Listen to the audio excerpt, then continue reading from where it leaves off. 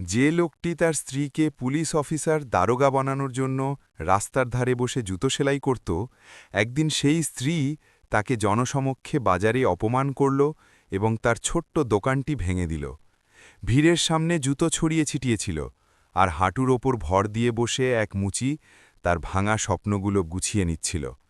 কিন্তু সেদিনই সে মনে মনে এমন এক সিদ্ধান্ত নিল, যা কয়েক বছর পর পুরো গল্পটাই বদলে দিল। শেষ পর্যন্ত সেই মুচি এমন কি করল যে যারা একসময় তাকে দেখে হাসছিল, তারাই একদিন তার সম্মানে দাঁড়িয়ে গেল।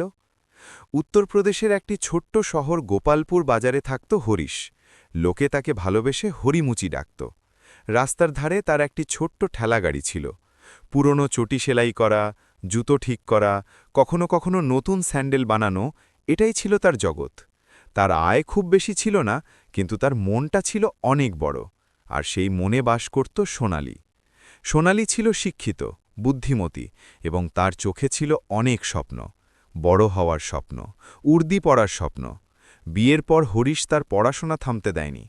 লোকে তাকে টিপ্পনি কাটত, আরে তুই তো মুচি, বউকে কি অফিসার বানাবি? তোর বউ এত পড়াশোনা করে কি করবে? কিন্তু হরিশ হাসত আর বলতো, আমার সোনালি একদিন উর্দি পড়বে, দেখে নিও। রাতে যখন পুরো বাজার ঘুমিয়ে পড়ত, হরিশ হারিকেনের আলোয় জুতো সেলাই করত, আর সোনালি পাশে বসে বই পড়ত।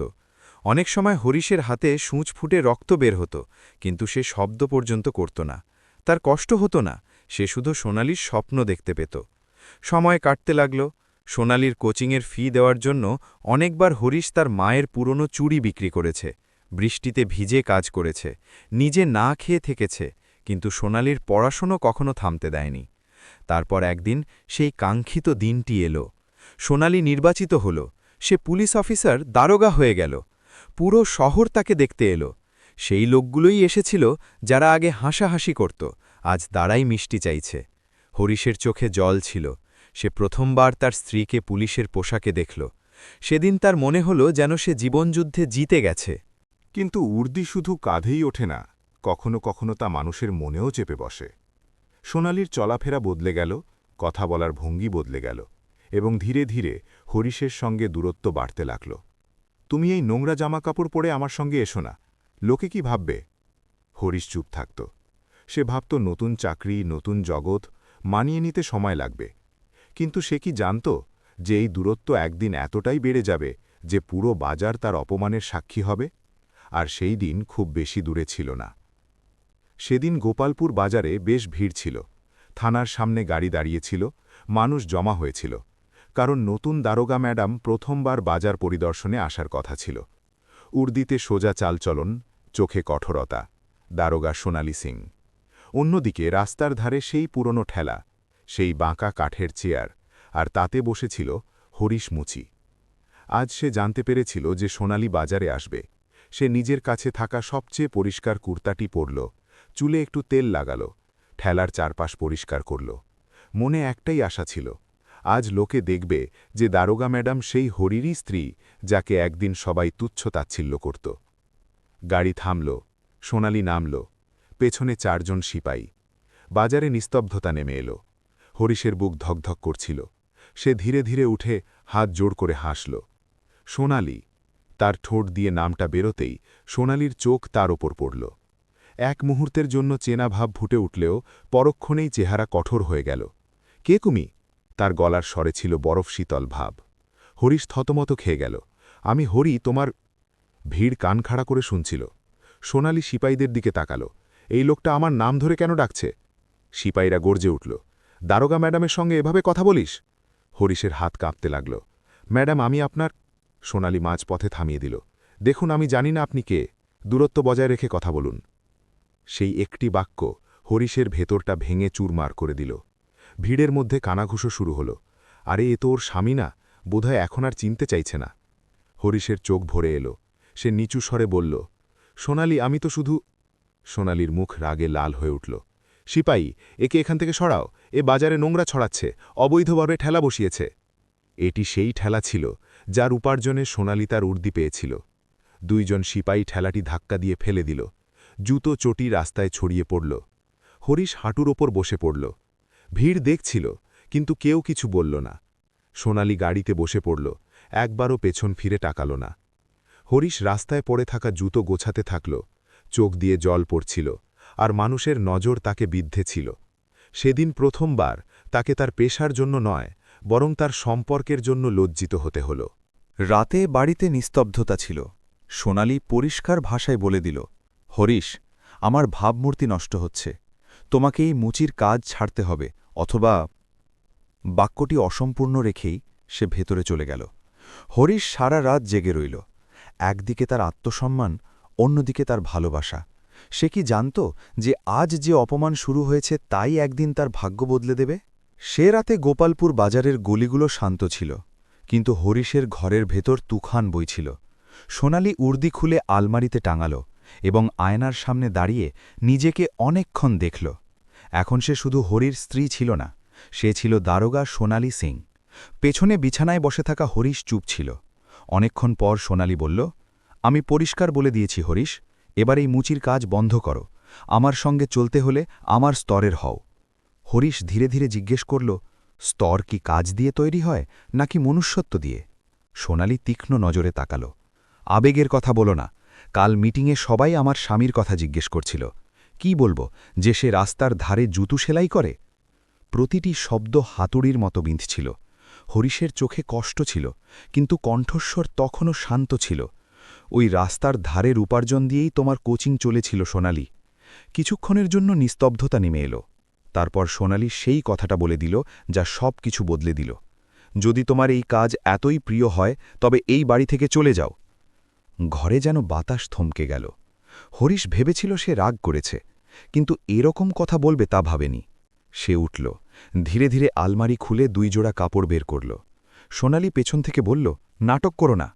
হরিশ ঘুরল, চোখ লাল ছিল, কিন্তু জল ছিল না। নাটক নয়, আজ প্রথমবার বুঝতে পারলাম আমি তোমার জন্য শুধু একটা বোঝা। সোনালি কিছু বলল না। হরিশ দরজার কাছে গিয়ে থামল। একটা কথা মনে রেখো সোনালি, কাজ ছোট হয় না, চিন্তা ছোট হয়। দরজা বন্ধ হয়ে গেল। সে রাতে হরিশ বৃষ্টিতে ভিজতে ভিজতে তার পুরনো ঠেলা নিয়ে শহরের অন্য প্রান্তে চলে গেল। গোপালপুর বাজারে খবর রটে গেল, দারোগা ম্যাডাম তার মুচি স্বামীকে ঘর থেকে বের করে দিয়েছেন। মানুষের চোখে দয়া ছিল, কারো মুখে টিপ্পুনি, কিন্তু হরিশের ভেতরটা বদলে গিয়েছিল। এখন সে শুধু সোনালির স্বামী ছিল না, সে ছিল একজন ভেঙে পড়া মানুষ যাকে এখন নিজেকে প্রমাণ করতে হবে। অন্যদিকে সোনালি নিজেকে বোঝাল, এটা জরুরি ছিল, আমাকে এগোতে হবে। কিন্তু সেই রাতে সেও শান্তিতে ঘুমাতে পারল না। তার চোখে বারবার সেই দৃশ্য ভেসে আসছিল, রাস্তায় ছড়িয়ে থাকা জুতো আর হাঁটুর ওপর বসে থাকা হরিশ। গল্প এবার মোড় নিতে যাচ্ছিল, কারণ যাকে সে দুর্বল ভেবেছিল। গোপালপুর বাজার এখন হরিশের জন্য শুধু একটি স্মৃতি ছিল, একটি স্মৃতি যেখানে অপমানের যন্ত্রণা ছিল। কাউকে কিচ্ছু না জানিয়ে সে শহর ছেড়ে চলে গেল।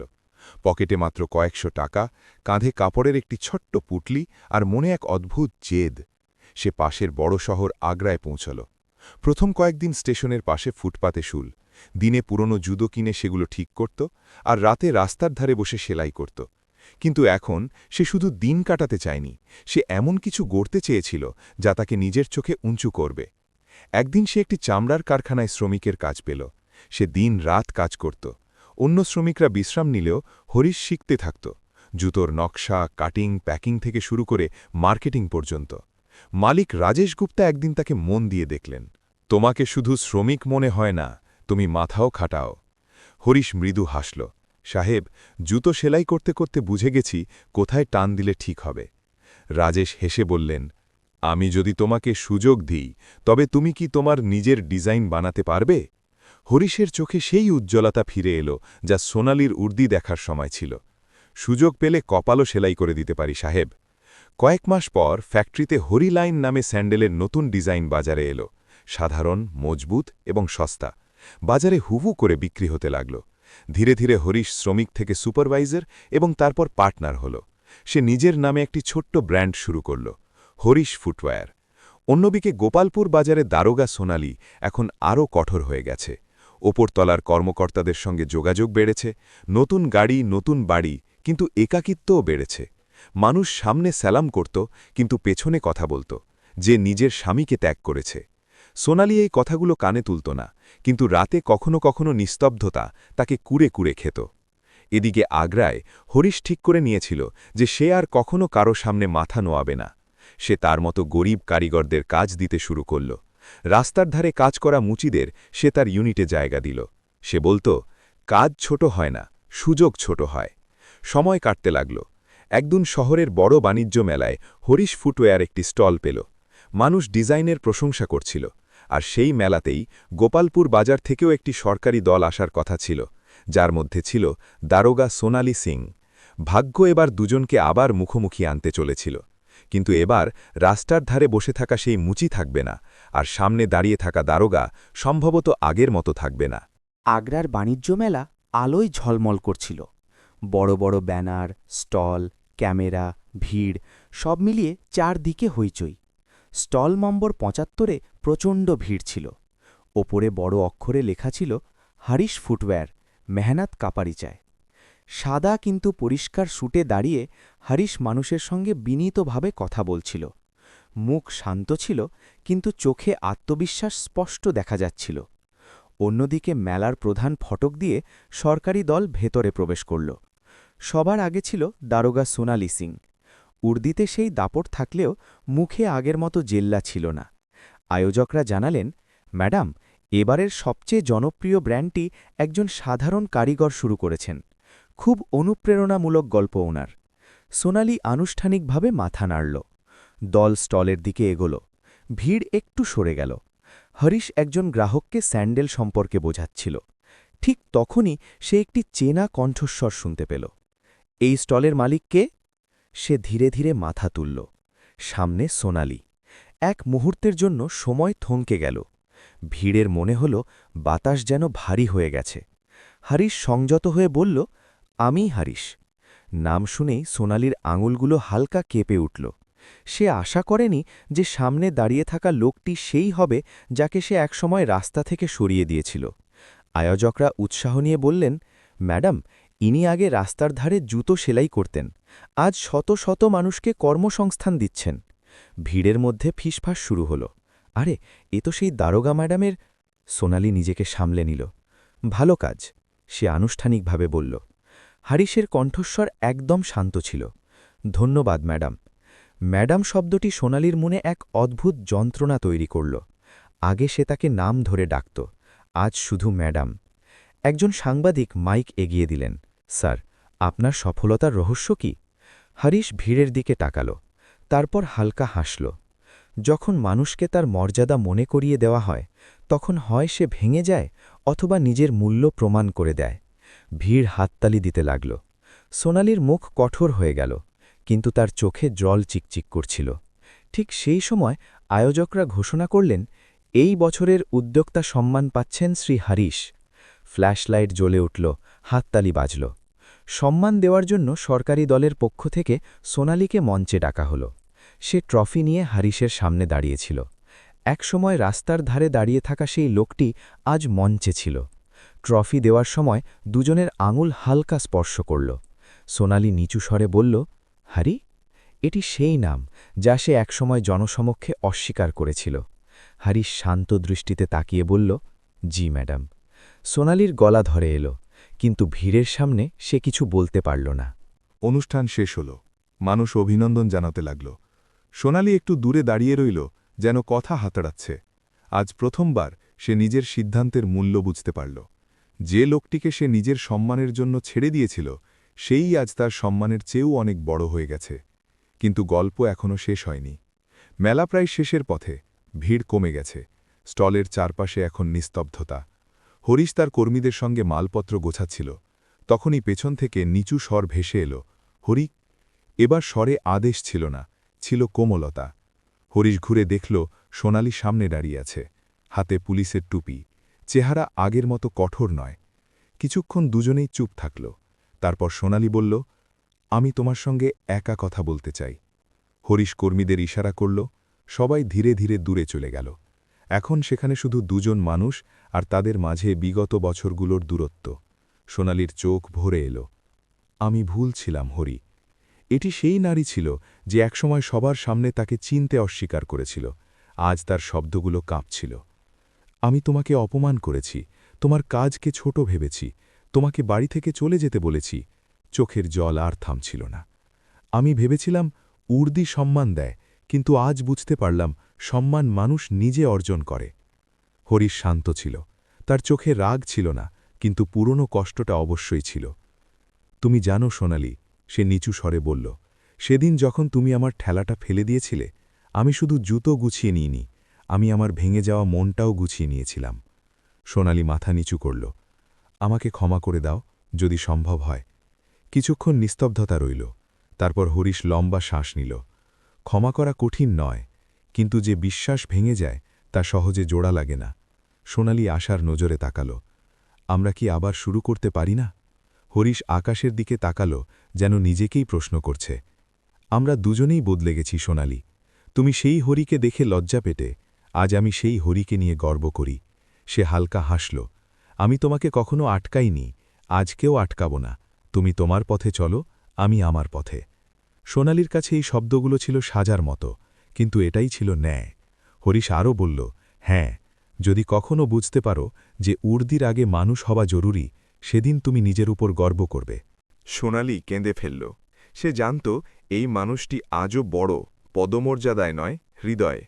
অন্যদিকে হরিশের কারখানায় শত শত কারিগর কাজ করছিল।